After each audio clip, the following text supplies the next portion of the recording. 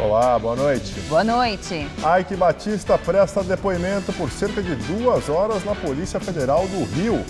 Acusado de pagar propina ao ex-governador Sérgio Cabral, o empresário foi chamado de ladrão ao chegar para depor. Após falta disciplinar, ex-senador Luiz Estevão é mandado para a solitária na Papuda. Em São Paulo, o presidente Michel Temer critica a ex-presidente Dilma e diz que agora o governo está no rumo certo. O presidente da Câmara, Rodrigo Maia do DEM, admite que será candidato à reeleição. Vacina contra a febre amarela está faltando em clínicas particulares de São Paulo, por causa do grande aumento na procura após a notificação de casos da doença no estado. Você acompanha essas e outras notícias logo depois do intervalo. Tudo anda cada vez mais rápido. O tempo, as pessoas, as tecnologias. No coração de todas essas transformações, existe um caminho que pode mudar a sua vida. Pós-graduação Casper Libero. 4 cursos que vão acelerar a sua carreira, atualizar os seus conhecimentos e fazer você ser notado no meio de tanto movimento. Pós-graduação Casper Libero. Paixão por comunicação.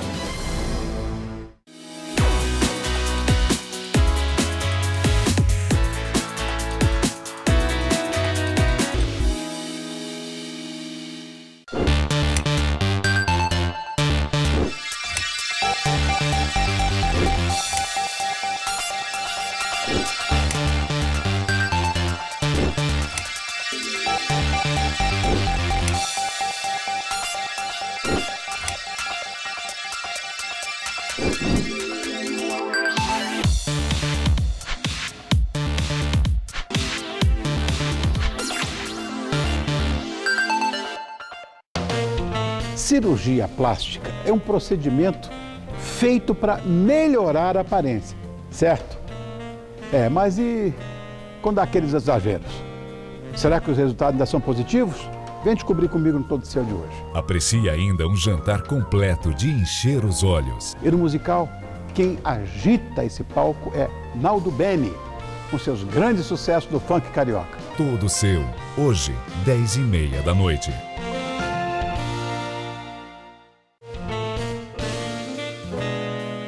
Oferecimento CVC, sempre com você.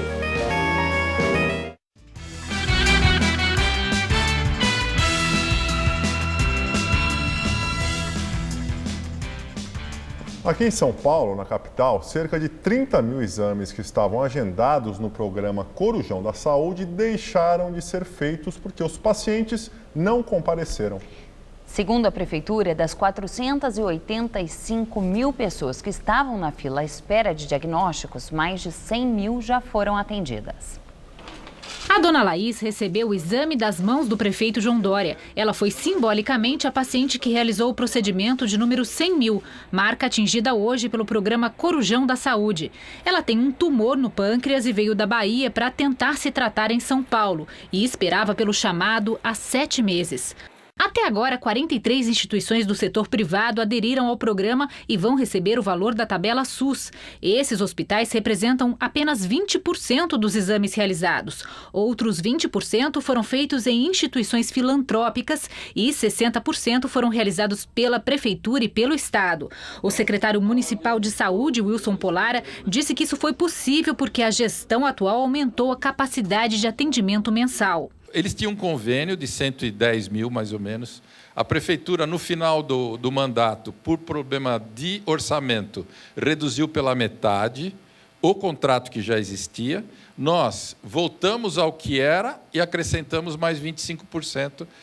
Dos 485 mil exames que estavam na fila, 320 mil já foram agendados, sendo que 100 mil foram feitos. A expectativa é que a espera seja zerada em 90 dias. O controle do número de exames é feito por um sistema eletrônico, o SIGAS, adotado pelo município. A marca atingida hoje era para ser ainda mais alta. Isso porque, segundo a Secretaria Municipal de Saúde, 30 mil pessoas agendaram atendimento, mas não compareceram no horário marcado. Quem faltou ao exame do Corujão sai da fila de espera e terá que passar por uma nova avaliação na unidade básica de saúde.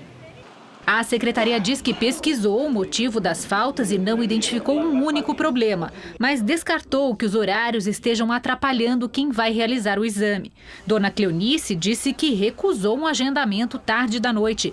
Preferiu esperar um pouco mais para fazer a tomografia, que já foi pedida há quase 2 anos. Ela falou assim, mas é que na parte do dia demora um pouco. Aí eu falei assim, tudo bem, para quem esperou 1 ano e pouco, quase 2 anos, um dia mais, um dia menos, ela falou, tem para o dia 31, eu digo, pode agendar. Vacina contra a febre amarela está em falta em clínicas particulares de São Paulo. Até agora foram confirmadas 6 mortes pela doença em todo o estado. 2 pessoas foram infectadas no interior e outras 4 em viagem a Minas Gerais. Outros 17 casos suspeitos da doença ainda são investigados. Esta clínica da zona oeste de São Paulo está sem vacinas contra a febre amarela há cerca de 2 semanas e ainda não tem previsão de quando os estoques serão normalizados. Ela é apenas uma das 371 unidades particulares que enfrentam esta situação no estado de São Paulo. Neste ano, a procura pelas doses já é 4 vezes maior para o mês de janeiro, segundo a federação que representa a rede privada de saúde. Elas já providenciaram a aquisição de novos lotes. Essa vacina ela é importada, ela depende de autorização alfandegária. Certamente as autoridades estão empenhadas em liberar o mais rápido possível assim que esses lotes chegarem. As clínicas e outros serviços praticam preços que vão de R$ 200 a R$ 250.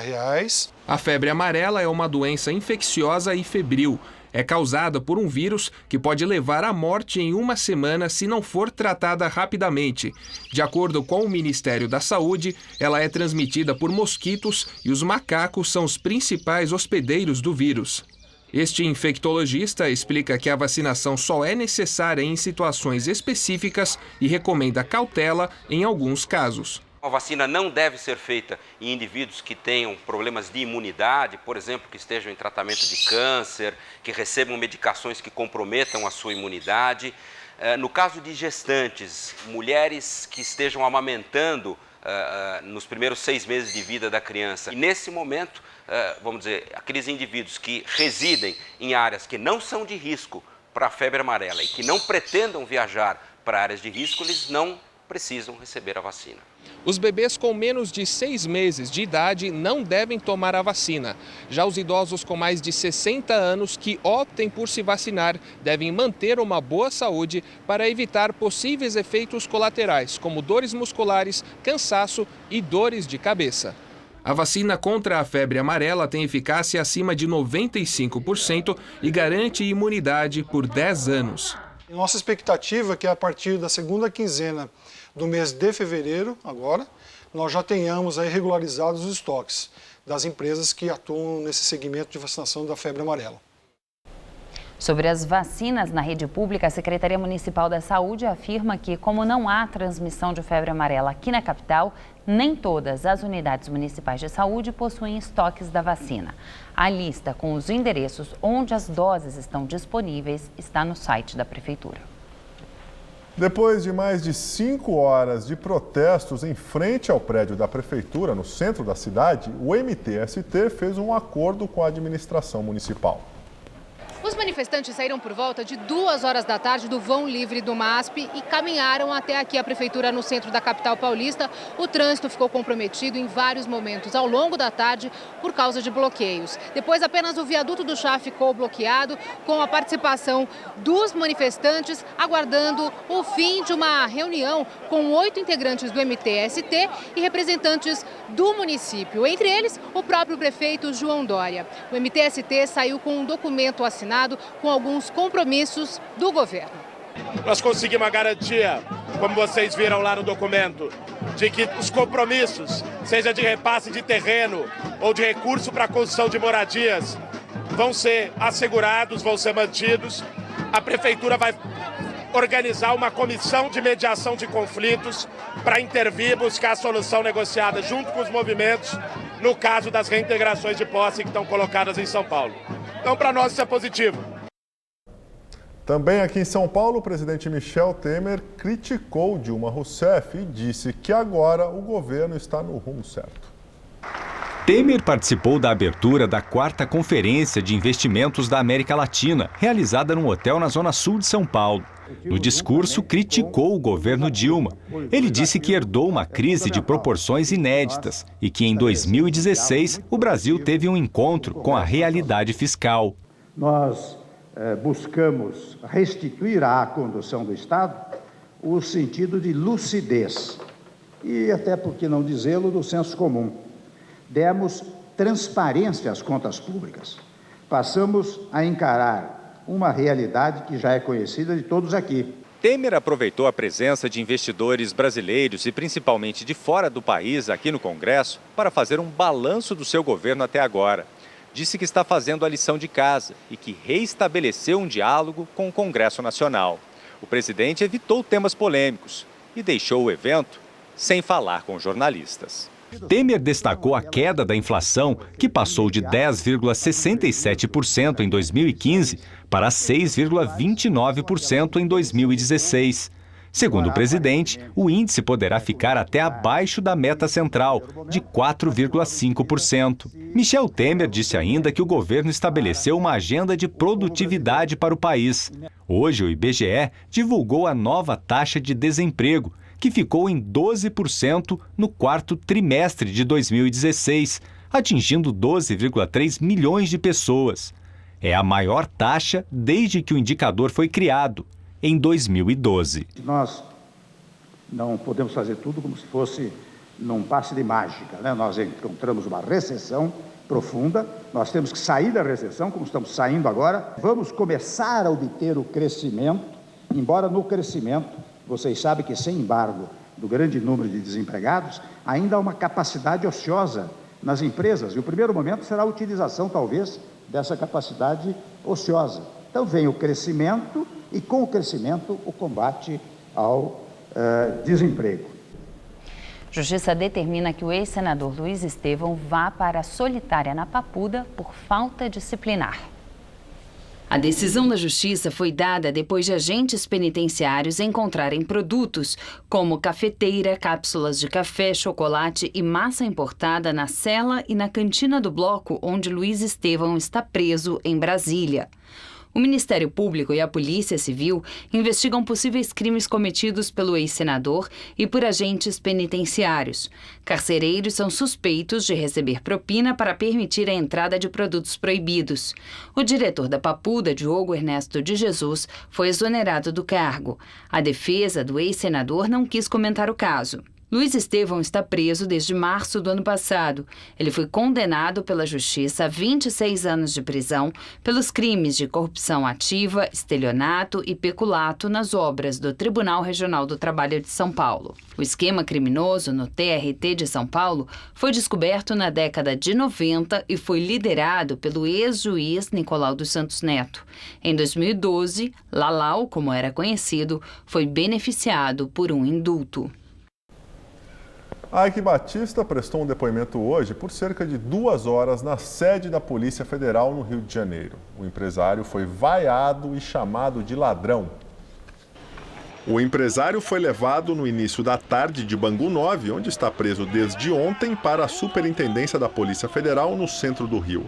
Ele foi ouvido por delegados e procuradores. Ao chegar na Polícia Federal, ele foi alvo de vaias. Ike teve a prisão decretada pelo juiz Marcelo Bretas, da 7ª Vara Criminal Federal. O empresário é acusado de pagar 16,5 milhões de dólares de propina ao ex-governador Sérgio Cabral, do PMDB.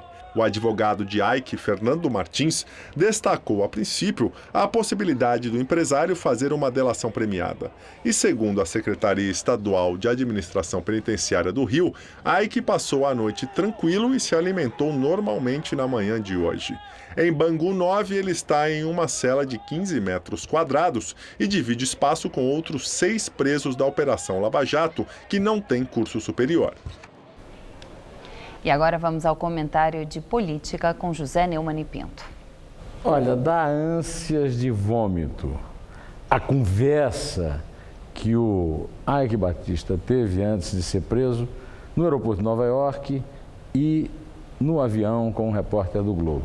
Ele disse, no maior cinismo, que o Brasil está sendo passado a limpo, que o trabalho da Lava Jato é maravilhoso e que ele, como os outros empresários, foram achacados por políticos canalhas. Olha, canalhas são dos dois lados. A corrupção é quem corrompe e quem é corrompido.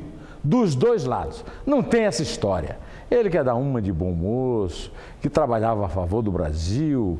Ele é um cretino, um picareta, sempre foi. E é lamentável, mas é o jeito. O capitalismo aceita esse tipo de coisa, né? Eu que sou um defensor, né, da velha democracia burguesa, tenho que aceitar isso.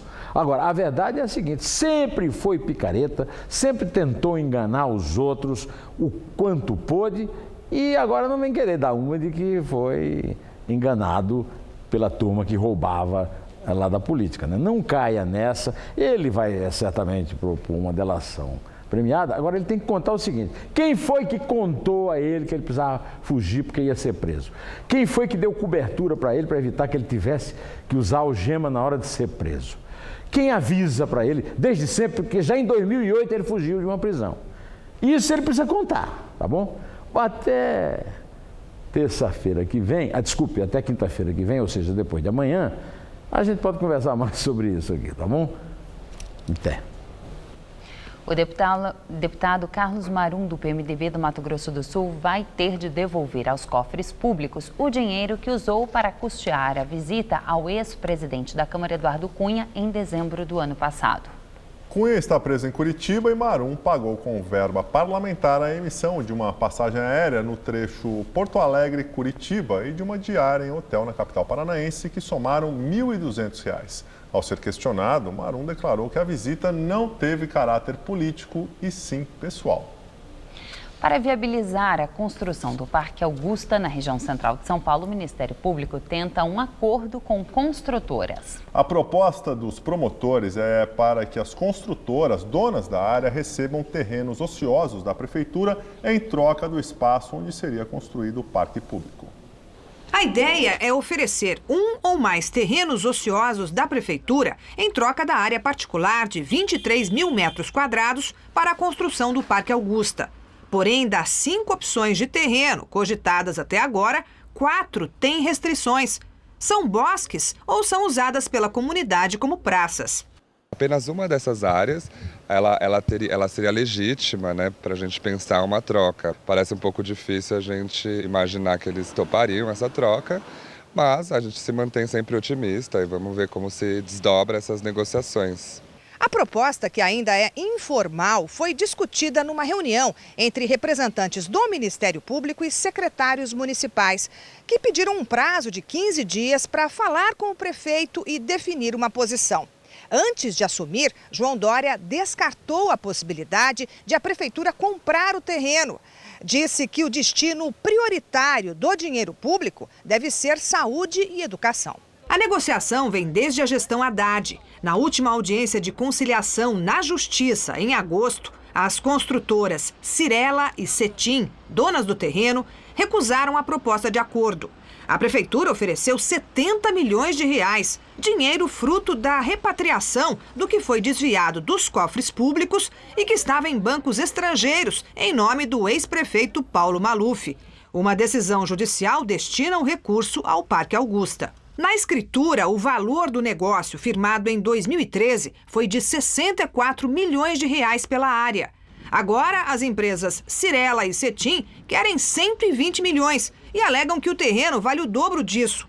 O promotor do patrimônio público que moveu a ação quer que toda a área verde seja entregue à prefeitura, de acordo com a lei de zoneamento. A legislação atual não permite a construção em mais do que 10% do terreno onde hoje fica o Parque Augusta. Evidentemente, nós não vamos concordar com a construção de, por exemplo, 40%, 50%, que é o desejo das construtoras.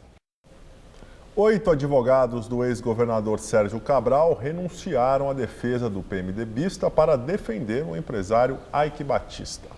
Ontem, eles avisaram aos juízes federais Marcelo Bretas, do Rio de Janeiro, e Sérgio Moro, de Curitiba, que poderia haver um conflito de interesses se atuassem para os dois clientes. Por isso, deixariam de defender Cabral. O ex-governador está preso em Bangu desde novembro. Ontem, Eike Batista foi preso e também está no complexo penitenciário de Bangu. Marisa Letícia, mulher do ex-presidente Lula, continua internada em coma induzido na UTI do Hospital Sírio-Libanês. Ela teve um AVC há uma semana. Segundo o último boletim médico, na tarde de ontem foi detectada a presença de uma trombose venosa profunda, ou seja, um coágulo de sangue numa das pernas. Os médicos realizaram um procedimento para prevenir a obstrução da veia. O informe do hospital diz ainda que ela apresenta uma melhora progressiva nos exames neurológicos. O quadro de Marisa Letícia continua estável. PMDB oficializa Eunício Oliveira como candidato à presidência do Senado. Atualmente, o senador do Ceará é o líder do partido na casa. Eunício Oliveira foi alvo da delação de Cláudio Melo Filho, ex-executivo da Odebrecht. Ele é acusado de receber R$2.100.000 em propina para aprovar uma medida provisória de interesse da empreiteira. O senador nega. Na reunião, o PMDB escolheu ainda Renan Calheiros como novo líder da bancada no Senado. Renan disse que vai pensar se aceita o cargo. A eleição para a presidência do Senado será amanhã. Deve disputar com Eunício o senador José Medeiros, do PSD do Mato Grosso. O presidente da Câmara dos Deputados, Rodrigo Maia do DEM, admitiu hoje que será candidato à reeleição. O anúncio foi feito durante uma reunião da bancada do PMDB, onde ele foi buscar o apoio da legenda. A eleição para a presidência da Câmara será na quinta-feira. A candidatura de Maia é contestada pelos opositores que dizem que, pelo regimento da Câmara, ele não pode ser candidato na mesma legislatura. Rodrigo Maia foi eleito em julho do ano passado, depois da renúncia de Eduardo Cunha. Além de Maia, devem disputar o cargo os deputados Jovair Arantes, do PTB, Rogério Rosso, do PSD, Júlio Delgado, do PSB e André Figueiredo, do PDT. No Paraná, um ex-prefeito se esconde no forro de casa para fugir da polícia. Ele é acusado de homicídio. Imagens divulgadas pela Polícia Civil mostram o momento em que Gilberto Dranca foi encontrado no forro da casa na manhã de hoje. O ex-prefeito de Piên, na região metropolitana de Curitiba, foi preso por suspeita de envolvimento na morte do prefeito eleito Loir Drevec, morto por um motociclista em dezembro do ano passado. A Polícia Federal indicia 7 pessoas em um dos inquéritos da Operação Zelotes, mas isenta o ex-ministro da Fazenda Guido Mantega e o ex-presidente do CARF, Otacílio Cartacho. Mantega e Cartacho chegaram a ser alvos de condução coercitiva e busca e apreensão na investigação. Os indiciamentos foram propostos no inquérito sobre supostas negociações ilícitas envolvendo o grupo Cimento Penha. Advogados e integrantes do CARF modificavam decisões desfavoráveis à empresa. O CARF é o órgão que avalia questionamentos de contribuintes a débitos aplicados pela Receita Federal. Vitor Sandri, amigo de Mantega e proprietário da Cimento Penha, foi indiciado por lavagem de dinheiro e corrupção ativa. Mesmo com as críticas internas e externas ao veto a cidadãos de 7 países muçulmanos, uma pesquisa da agência Reuters aponta que pelo menos metade da população do país, dos Estados Unidos, aprova as medidas de restrição. Na sequência das mudanças da área de imigração no país, Donald Trump anunciou o nome do novo diretor da Agência de Imigração dos Estados Unidos. Thomas Homan já trabalhava no Departamento de Imigração americano e era responsável justamente pelas deportações. Ele entra no lugar de Daniel Ragsdale, que controlava interinamente o Serviço de Imigração e Controle de Alfândegas. Nomeado por Obama em 2012, Thomas Homan foi responsável pela deportação de mais de 2.500.000 imigrantes, maior número na história dos Estados Unidos. A administração Trump também confirmou a demissão da procuradora-geral interina, Sally Yates, retirada do cargo após desafiar um veto à entrada de cidadãos de 7 países de maioria muçulmana. Interinamente, Dana Boente, secretário de Justiça do estado de Virgínia, deve assumir os trabalhos até que sua nomeação seja aprovada pelo Senado. E a ordem executiva referente à imigração assinada por Trump também dificulta a emissão de visto para turistas brasileiros. A Embaixada dos Estados Unidos no Brasil confirmou que, a partir de agora, solicitantes com vistos expirados há mais de 12 meses deverão passar por entrevista para renovar o documento. Antes, a entrevista era dispensada se o pedido fosse feito até 48 meses após o vencimento. Ainda segundo a embaixada, passam a ser isentos da etapa de entrevista apenas solicitantes de até 13 anos e a partir de 80 anos. Anteriormente, eram isentos da entrevista para obter o primeiro visto pessoas de até 16 anos e acima dos 66. Quem é vizinho de uma obra sabe que não é só o barulho que incomoda. O recolhimento das caçambas que acumulam o entulho também costuma ser barulhento e acontece geralmente de madrugada. O silêncio nessa rua do bairro do Brooklyn, na Zona Sul, dura pouco tempo, até a chegada desse caminhão. Ele se aproxima e o barulho aumenta. Tudo para descarregar uma caçamba. Aliás, se você encontrar uma dessas perto de casa, é melhor já prestar atenção na dica da Roselina. Infelizmente, você vai saber que vai ter o barulho de madrugada para retirar. Porque eles realmente retiram 2h30 da manhã. Nesse vídeo enviado para o Gazap, o flagrante do serviço às 3 horas da manhã, no bairro da Bela Vista. E acordar com um despertador desse tipo não é nada agradável. Daí o jeito é fazer como o Walter. A gente acorda, o que a gente faz? Já levanta, toma um café, faz alguma coisa para pegar no sono novamente e continuar a dormir. Paulo César está no ramo há 12 anos e conta que já recebeu todo tipo de reclamação. O mais curioso que já aconteceu foi de jogarem um ovo. Simplesmente uma pessoa jogou um ovo lá do 5º andar reclamando do barulho, mas... Só que é exatamente no fim da noite, durante toda a madrugada, que as empresas têm liberação para fazer esse trabalho. E daí não tem jeito, porque toda essa engenhoca faz muito barulho. Mas nada disso é irregular. O trabalho respeita a restrição de circulação dos caminhões. Os veículos pesados só podem circular no centro expandido da capital entre as 9 horas da noite e as 5 da manhã. Por volta da meia-noite, encontramos a marginal do Rio Pinheiros livre. Agora imagine esse caminhão trabalhando durante o dia. Seria inviável, ia gerar muito trânsito, devido muito ao número de carros. Seria inviável fazer o trabalho, essa é a verdade. Polícia Federal de Pernambuco investiga mais uma empresa suspeita de financiar a compra do avião Cessna que caiu quando transportava o candidato à presidência da República, Eduardo Campos. Os nomes da empresa e dos donos não foram divulgados, mas segundo a polícia, esses empresários teriam contratos milionários com o governo de Pernambuco. A empresa investigada também teria aumentado nos últimos anos a quantidade de doações a partidos e candidatos que apoiavam Eduardo Campos do PSB. 30 policiais cumpriram 10 ordens judiciais no Recife durante a Operação Vortex, um desmembramento da Operação Turbulência. Nós ficamos por aqui. A edição de hoje pode ser vista no site do Jornal da Gazeta. Uma boa noite para você. Muito obrigado pela sua companhia. Tenha uma excelente noite. Fica agora com Rony Von no Todo Seu. Até amanhã.